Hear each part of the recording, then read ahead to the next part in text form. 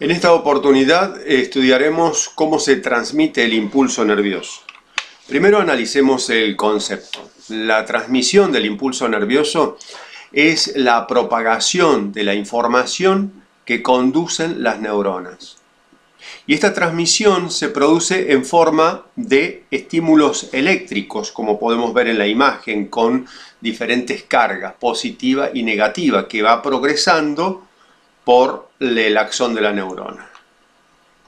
Pero para entender esto vamos a necesitar conocer primero cómo se produce el pasaje de iones a través de las membranas. Recordemos que las membranas de toda célula y la de la neurona en particular están formadas por una doble capa de fosfolípidos con una cabeza hidrófila dirigida hacia la zona donde hay mayor contenido de agua y una cola hidrófoba que está dirigida hacia el interior de esta doble capa de fosfolípidos. Bueno, esta estructura que hemos estudiado y hemos descrito en un video que recomendamos su visualización es atravesada por diferentes moléculas, y en este caso que nos ocupa para entender la transmisión del impulso nervioso, no hablaremos de moléculas sino de iones. Ahora, definamos entonces qué es un ion. Un ion es un átomo que ha perdido o ha ganado electrones, y en función de esa pérdida o ganancia va a quedar con una carga eléctrica positiva o negativa. De tal manera que vamos a llamar catión a aquel átomo que ha perdido electrones, por lo cual ha quedado con una carga positiva. Es decir, que si un átomo que tiene su núcleo y sus protones y alrededor del cual orbitan sus electrones, y estos electrones tienen carga negativa, ese átomo al perder un electrón está perdiendo carga negativa, ha perdido el electrón. ¿Qué queda? Queda entonces el ion que, al haber perdido una carga eléctrica negativa, queda cargado positivamente. En tanto que vamos a llamar aniones a aquellos átomos que hayan ganado electrones, por lo cual han quedado con carga negativa. Es decir, acá vemos la imagen. Si tenemos entonces el átomo con el núcleo y sus protones orbitando alrededor de los electrones, y si gana un electrón, aquí vemos cómo gana. Aquí hay un electrón, ahí se suma otro, gana un electrón, y al ganar un electrón ese átomo pasa a ser un ion con carga eléctrica negativa, porque al tener un electrón más en su órbita, el balance eléctrico le aporta una carga negativa, exactamente. Todo esto nos sirve lo tenemos que aplicar a los líquidos intra y extracelulares, que son soluciones de electrolitos en donde predominan en el exterior los cationes, o sea, aquellos átomos que han perdido electrones y han quedado con carga positiva.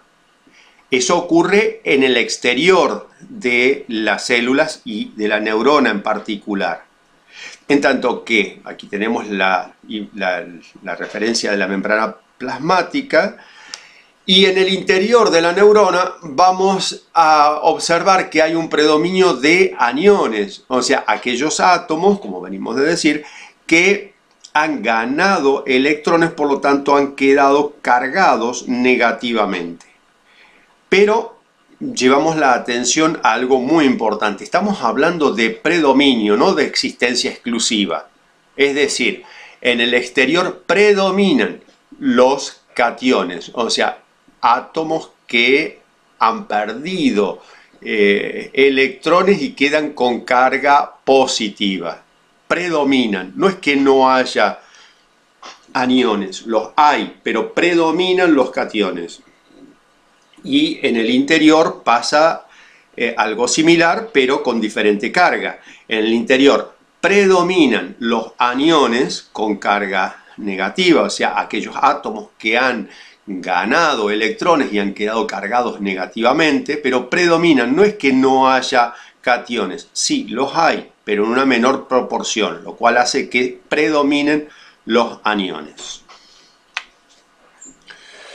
Los iones, esta situación es como si fuese una foto, pero vamos a ver ahora la película. O sea, esta situación no es estática como nos marca esta imagen. Esta es una situación dinámica en la que los iones pueden atravesar la membrana plasmática pasando hacia uno o hacia otro lado por diferentes mecanismos. Vamos a ver cuáles son esos mecanismos. Hay varios, pero nosotros para explicar este tema vamos a estudiar fundamentalmente dos: el transporte pasivo y el transporte activo. El transporte pasivo es el paso de los iones a través de una membrana sin gasto de energía, en tanto que el transporte activo es el paso de iones a través de la membrana con gasto de energía. A eso hace referencia los conceptos de pasivo y activo. Pasivo sin gasto de energía, activo con gasto de energía. Ahora, el transporte pasivo reconoce dos formas. Una a la que vamos a llamar difusión simple y la otra difusión facilitada. Veamos ahora sí en qué consiste cada una de ellas. La difusión simple es el paso de los electrolitos, en este caso los iones a los que estábamos refiriéndonos, a través de una membrana. Esta es la membrana que explicábamos hoy, la doble capa de fosfolípidos con sus cabezas hidrófilas y sus colas hidrófobas. Entonces, a través de esta membrana, desde una zona de mayor concentración, acá podemos ver representada la mayor concentración de iones, hacia otra de menor concentración. ¿Y esto qué quiere decir? Quiere decir que es a favor de un gradiente de concentración, o sea, de donde está más concentrado a donde está menos concentrado. Y como decíamos anteriormente, en función de la definición del concepto de pasividad, es sin gasto de energía. Entonces, ¿cómo nos queda el concepto completo? Una vez explicado, vamos a decir que la difusión simple es el paso de electrolitos a través de una membrana desde una zona de mayor concentración a otra de menor concentración a favor de un gradiente de concentración sin gasto de energía. Veamos ahora en qué consiste la difusión facilitada. Es muy parecido, o sea, es el paso de electrolitos a través de una membrana desde una zona de mayor concentración a otra de menor concentración, o sea, a favor de un gradiente de concentración sin gasto de energía, y hasta aquí venimos igual, pero ¿cuál es la diferencia? A través de canales transportadores o proteínas transportadoras, que es lo que va a facilitar esa difusión. La diferencia está con la difusión simple, que en este caso es a través de canales o proteínas transportadoras. La difusión simple era directamente atravesando la membrana. Y finalmente, el transporte activo consiste en el paso de electrolitos. O sea, repito, que para nosotros estamos aquí, que lo que estamos estudiando acá es el concepto general, pero lo estamos aplicando a la particularidad del paso de iones a través de la membrana, ¿sí? Entonces, podemos reemplazar los términos y decir que el transporte activo es el paso de iones a través de una membrana. Y ahora al revés de lo que decíamos anteriormente, desde una zona de menor concentración, aquí tenemos la menor concentración, hacia otra de mayor concentración. ¿Y esto qué quiere decir? Si va de donde hay menos a donde hay más, está yendo en contra de un gradiente de concentración, y esto es un proceso que se produce con gasto de energía. Vamos a explicar algo que puede generar dudas. ¿De dónde surge la energía que produce los gradientes de concentración. Y fíjense, tomamos como ejemplo esto, o sea, tenemos un vaso en el que con agua, con líquido, con agua particularmente, y al cual le agregamos un soluto, un elemento que se tiene que disolver. Cuando ese elemento entra en solución, o sea, se disuelve. ¿Por qué se va a disolver? Se va a disolver porque existe una fuerza de repulsión entre sus distintos componentes, ¿sí? Entre sus distintos átomos. Esta molécula se va a separar y sus distintos átomos van a estar separados en esta solución. Debido a que a una fuerza de repulsión entre sus átomos que está dada por cargas eléctricas del mismo signo.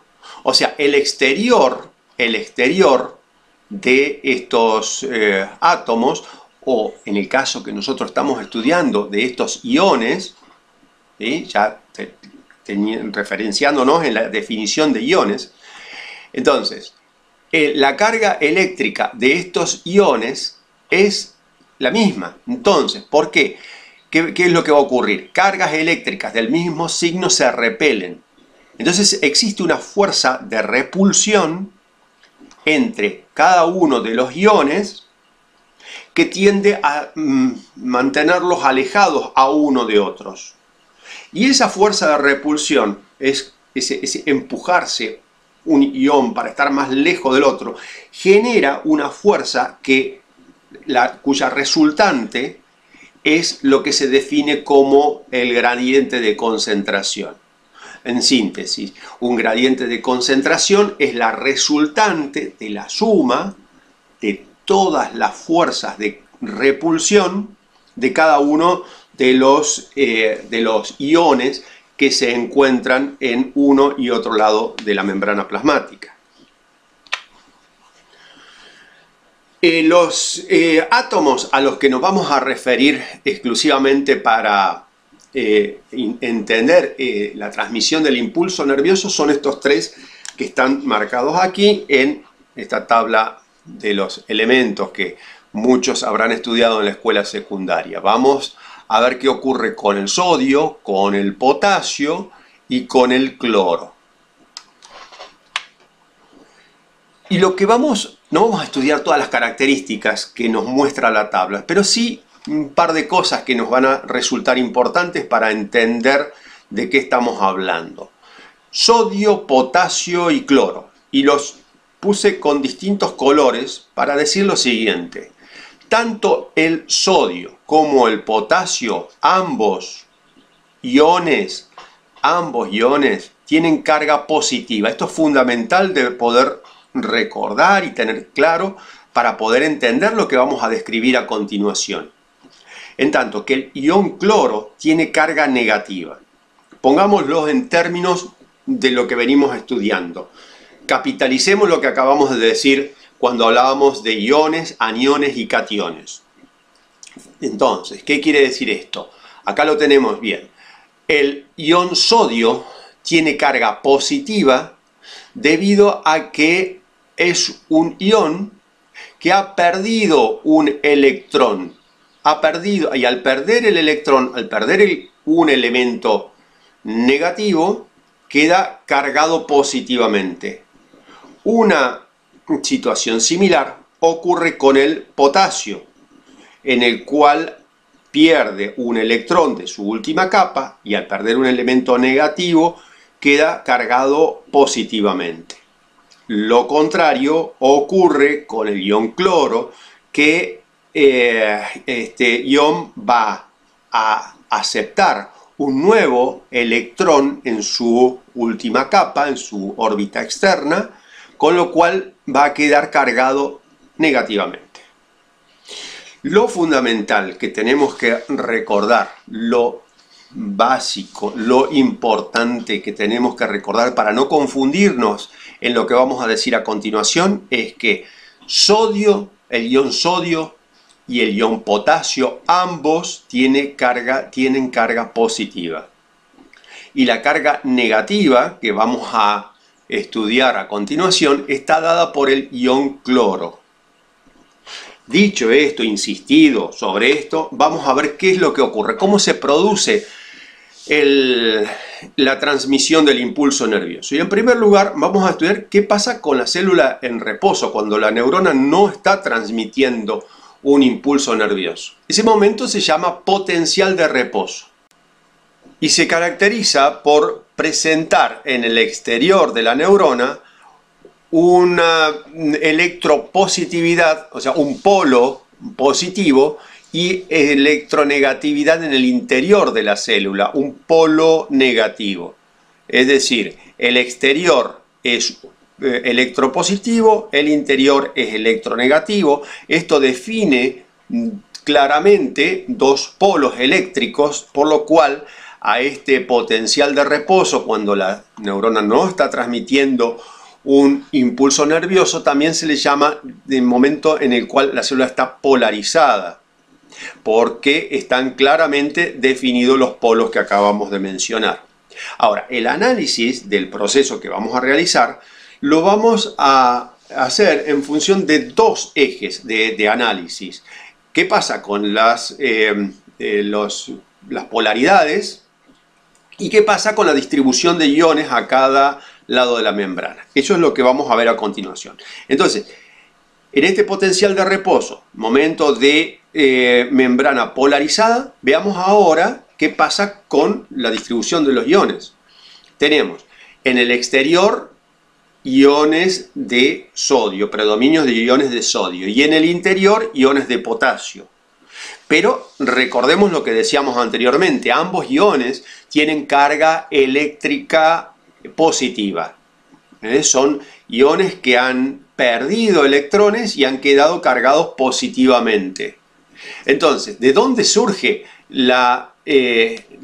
cómo son las proporciones, cómo se organiza esa proporción de iones para determinar los dos polos a los que nos referíamos anteriormente?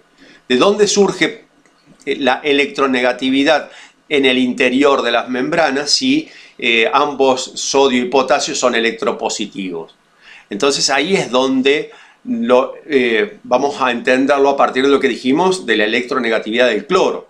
Podemos observar aquí cómo el cloro, que se encuentra a ambos lados de la membrana, en el interior, lo que ocurre en el interior es que la electronegatividad del cloro predomina sobre la electropositividad del potasio, lo que define el polo negativo en el interior de la membrana.